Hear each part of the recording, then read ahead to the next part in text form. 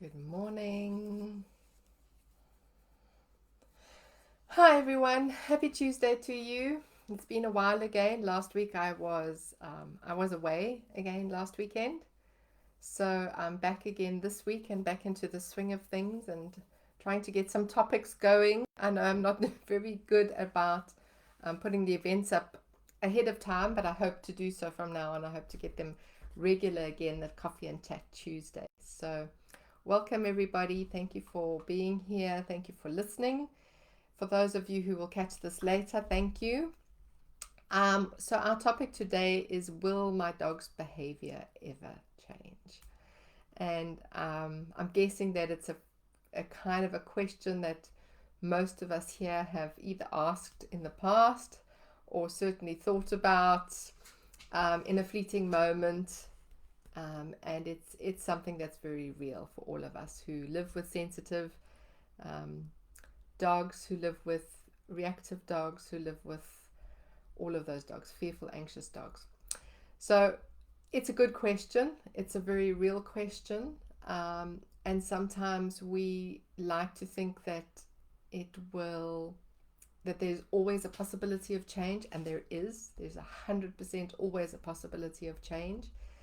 But it depends what change looks like to us and to the way we perceive that change. So that's something that I want to talk about today. How do we perceive that change? How do we measure that progress? Because sometimes it feels like it's going forward. Sometimes it feels like we're making progress. Other times it feels like it's going backwards. Like we've gone back to 3 or 4 stages back at a time. So the first thing I think I want to mention is that we know that progress is not linear. Behavior change is not linear. It doesn't happen on a trajectory that goes all the way straight up and gets to a final point, and then we've got it, we've made it, we've done it, and then we are who we are. And I'd like to switch this around to our own behavior as an example, as a correlation to that, and think about things in your own life that you would have liked to see change, that um, you know, being somebody, a female like myself, in it's a case of how many times have I tried to lose weight and change my eating habits and come out on the other side fit and healthy and full of energy. That's a goal that I've been working towards again and again and again and again, over and over and over for many, many years. And yes, I see great progress, and then there's a couple of steps backwards again, but then I get back on track again, and off I go again. And I'd like you to just think about this in reality with our dogs as well. First of all, first of all, we cannot change our dog's behavior. We cannot change the behavior of anybody, any being, any person. The only change we can make is in ourselves. Okay, so that's the first big one. So how do we help our dogs to change? Well, first of all, let's look at, why do we want them to change? What about them do we think is wrong or bad? Why, when we talk about their behavior, we talk about it in a negative way. We talk about their reactivity or their fearfulness or anxiety in a negative way. So we're giving it a label that it's bad, that it's wrong, that it doesn't feel comfortable. And so we want to change it because it causes us discomfort. So we need to look at that, whose discomfort is it really? Are our dogs really in a perpetual discomfort? Is it just a momentary discomfort that they may feel, and then they're pretty balanced in between that? There are certainly some cases with highly traumatized dogs who live in a continual stage of shutdown, fear, anxiety, and that's certainly not healthy for us. But some dogs just have moments of reactivity, or moments of fear, or moments of discomfort in certain circumstances or at certain times because they're not feeling physically well, or whatever it is. But they kind of recuperate pretty much after that. And in between those incidences, there is a lot of happy, joyful, colorful, lively dog in between that. So, a lot, it's a big picture. It's not just a case of, well, this is the behavior, this is what I want to change, and how will I get there to that goal? And once I'm there, will it stay like that? So this is something, again, that we kind of probably question, because we see the behavior change possibly improving, and then it doesn't improve, and we think, well, once we get to that level of, not reacting anymore, or whatever whatever your goal is to see change, will it always stay like that? And the question is, we don't know. But what I can tell you from my personal experience is, I call it a softening, because that's what it feels like. It feels like there are certain things that will have certainly changed. For me and Charlie, for instance, if I use our example, there are certainly things that have changed in a massive way.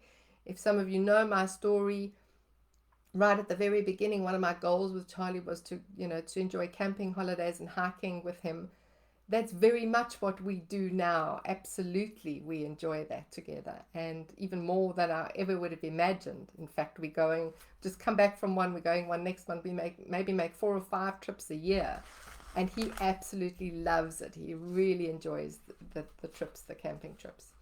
So yes, there's certain things that will certainly change, but there's certain things about Charlie that will never change, but they soften. And they soften, I think, to a large extent, because I have softened in the way I see it, the way I perceive it, the way I understand him as a being. It's softened towards that. So, good morning, Sandra. Good morning, Les. Sorry, I've only just seen comments coming in now. Yes, lovely to see you again, Sandra. So, yes, it's the softening, as I say. It's a softening that comes, I believe, through understanding, through knowledge, through a deeper relationship with our dogs, a deeper partnership, a better understanding of ourselves and the way we see things, and the way we want, we have this desire to change and fix things so that we don't feel this discomfort. Well, what about changing our reaction towards that? So you've heard me talk a lot. You know that it's a lot about self-work, but it really is. It really honestly is, because I believe that softening, as I mentioned, happens because it comes from our side. It comes from our side first, and suddenly the dog doesn't have the pressure that we're putting on them sometimes to change or reach a certain goal or look at, be a certain way. We take that pressure off ourselves, we take that pressure off them, and then it allows their own inner being to develop and grow in a supportive way, as opposed to, I really want to see this change because I don't like it. It's uncomfortable. So if you have any comments, Liz, Sandra, please chip in here. How do you feel about your dog's changes? If you want them to change, or does it cross your mind from time to time you would still like to see certain behaviors different you would like to see them improved in your dog or changed in your dog? Because it's normal. It's normal to want that. It's normal to feel that. And I think it's actually important, because it keeps us moving forward. Because if we were to say, for instance, right, my dog is who he is, I accept who he is, that's the end of it. I'm not going to try and change him. I'm not going to try and change myself. This is what my lot is in life. I accept it. Boom, end of story. I can guarantee you, with that attitude, you are somewhere along the line going to feel resentful. You're going to still feel, that you got handed a bad lot in life, that life is not fair, that people are not fair, that circumstances are not fair. You're going to go into that blame game at some stage. Even though we say, well, I accept my dog for who they are, somewhere along the line we're going to go into the blame stage. So it's not a case of just saying, well, I accept them for who they are. It's that wanting to see difference, that wanting to see things um, in a softer light is what's going to keep us moving forward, is what's going to keep us learning about our dogs. It's going to keep us learning about ourselves, and it's going to help us to look and find out different information. So let me just see where Sandra says, I certainly see Monty in a completely different way. I love his excited fire. Yes. I can't see that personality. There's something in the way there. So yes, it does change, and that level of acceptance of who my dog is and who they are, um, it brings a level of joy again. A different kind of maybe not, the word is not, well, certainly in Sandra's case it's joy. Sometimes I would call the word a release. It's a relief and a release. I don't have this responsibility that I have to change my dog's behavior. Can come as a huge relief for us sometimes, that it's not up to me, it's not my responsibility to change my dog's behavior. It's actually not. It's not your responsibility. It's your responsibility to support your dog in the best way possible, and to make them feel comfortable, and to help them to feel safe in life. That's our responsibility. Our responsibility is not to change their behavior. That has to come from them, and it has to come from them when they are ready for it. And just like I'm going back to our own behavior changes, it happens in layers. It happens specifically with dogs and people who have a lot of stuff behind it, a lot of limiting beliefs, a lot of trauma, past trauma, and things that they have to work through and release through those layers. It's going to look like this. It's going to look like an up and down curve, because there will be times when things are really good, and then it's time for the next layer to be worked on, and the next layer, and the next layer. And again, this is how the softening works, because it just gradually becomes smoother and easier. Those transitions between the ups and the downs become much smoother, become much easier, become much softer. Okay, so it doesn't feel like they're such huge challenges anymore. So I don't know, what do you feel about that, Sandra and Les? Do you feel that sort of softening, that lightening, that sort of release in us?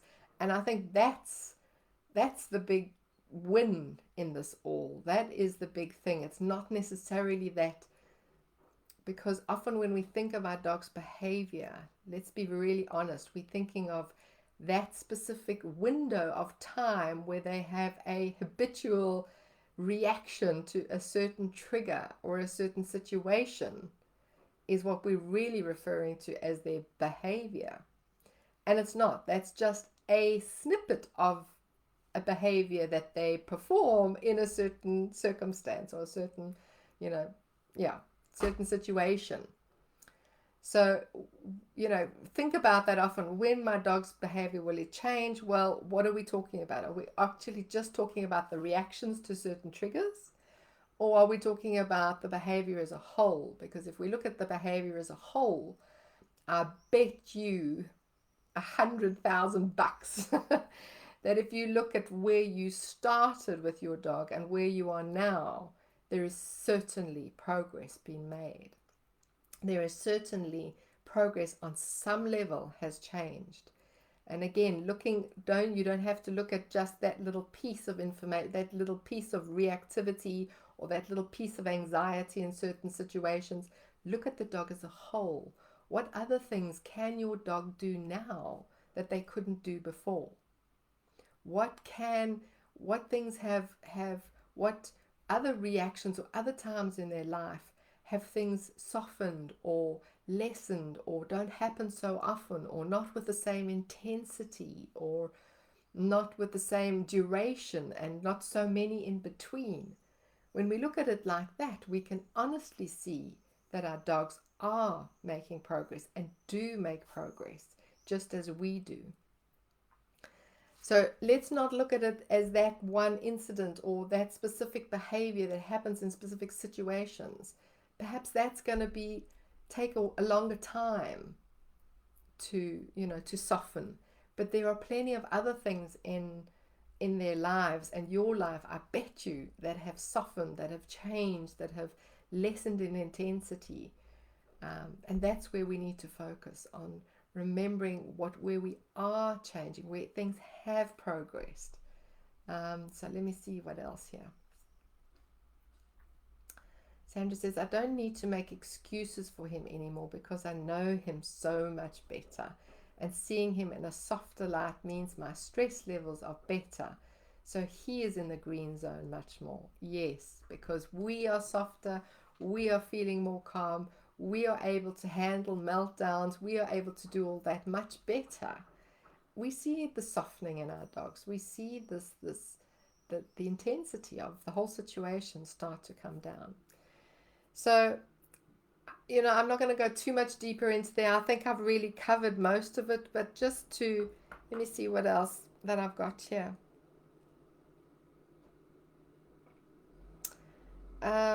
Yeah, sometimes we also have to say, what have I got to learn from this? Because sometimes when things keep coming back again and again and again, it means there's something in ourselves that we likely haven't addressed yet. We haven't, learned yet, as it were. And these could be soul lessons, these could be spiritual lessons, these could be personal lessons.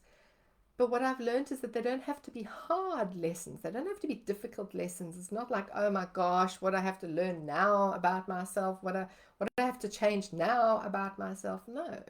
Sometimes it's just a curiosity. Sometimes it's just a way of opening up different questions and saying, and looking at things with interest and saying, wow, that's really interesting about my dog, or interesting about the way I'm seeing this.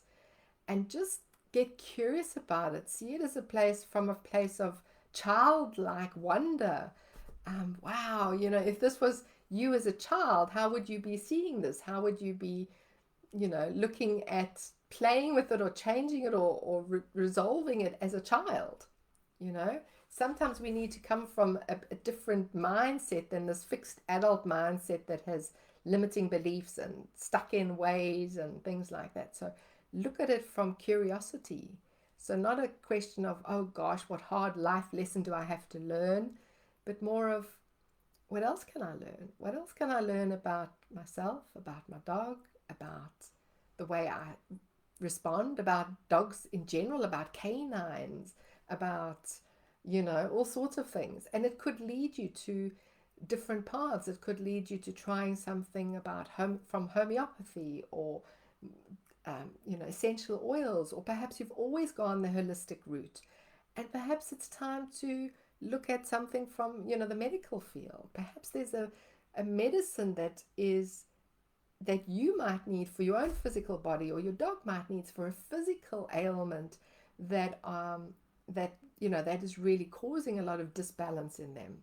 And we think, well, we have to always go the holistic route. Well, maybe not. Maybe get curious. Maybe you look at something in the medical field that can really support your dog or help your dog.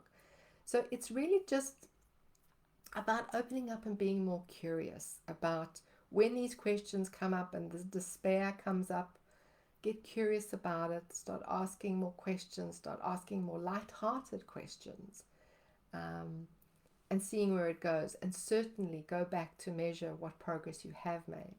So last thing about how do we measure that progress? Well, we can measure that progress in our dogs, as I said, by looking at not just the behavior that seems to trigger them and trigger us. Well, we can look at that. Does that happen less frequently? Does it happen with less intensity? Does it happen? Is there a softening there in that? If not in that specific piece of behavior, what about them as a whole? Does your dog sleep better? Do they get less aroused now when there's noises outside? Do they, what other things have changed? What other things have made progress? Because that's also part of the progress, not just that one little behavior, part of behavior. And then in ourselves, how have we changed? What have we learned through the process? How are we starting to change our perspective about how we see our dogs, about how we see their interactions with the world? How do we respond to their reactions in the world? Has that improved? Is that softened? Is that taking on a different picture? Do we feel more confident in ourselves? Do we feel, like Sandra says, that she doesn't feel like she needs to make excuses for him anymore? This is who he is. She accepts him, and she doesn't have to feel like she has to make excuses to other people about his behavior, which we shouldn't, right? So these are how we can say, yes, indeed, we have made progress. And yes, indeed, we will continue to make progress if we continue to ask questions and be curious about it. But if we shut it down and say, I accept my dog for everything that they are, I accept myself for everything they are, boom, end of story, I put it down, and I'm not going to challenge this anymore. Well, then that's certainly a way we can do it, but then we're never going to make progress. We're never going to make progress for ourselves and for our dogs. But if we can say, I accept where I am and I accept where my dog is at right now, but there's still something, and I can also see the progress that we've made until now, which makes me really happy and makes me really positive that I know that we can change this even more going forward, and using that almost as a goal, as your goalpost, but not saying, I want X, Y, Z behavior to change. I want this to go away, and I want this behavior to go away, and then I've reached my goal, because that's not possible. It could happen as a side effect, but it's not possible for us to go ahead and say, I want to see that change behavior in my dog. You need to change that behavior, and off we're going to go and sort this out so that changes. We can only support ourselves and our dog in this process. We can set up the environment, we can work on our own reactions and change our own perceptions and mindsets around this, and in a holistic way see that our dog is needs are being met, that they're feeling physically healthy, all of those things. And that too is going to fluctuate. Nothing stays the same. So yes, I hope that some of you have got something out of that makes sense. Any last takeaways? Thank you, Sandra, so much for your participation, and Les too. And for those of you who watch later, please, I really appreciate your comments, or please ask questions in the comments of this post. And yeah, go off, have a look at what's different, have a look at what's changed in a different sense, not just those behaviors. Look at the whole life of your dog and your whole life with your dog, how that's changed. Note that progress, be grateful for that progress, and continue on your journey together of this. It's a beautiful journey of development, self-development, re-evolving ourselves again and again, adapting to new changes as they arise. So I love it. I think it's brilliant. So will your dog's behavior ever change? That's up to you, the way you see it, the way you want to work towards any change, etc. It's up to you. That's yours. All right, everyone. Thank you very much for being here with me today, and have a lovely day. Bye-bye now.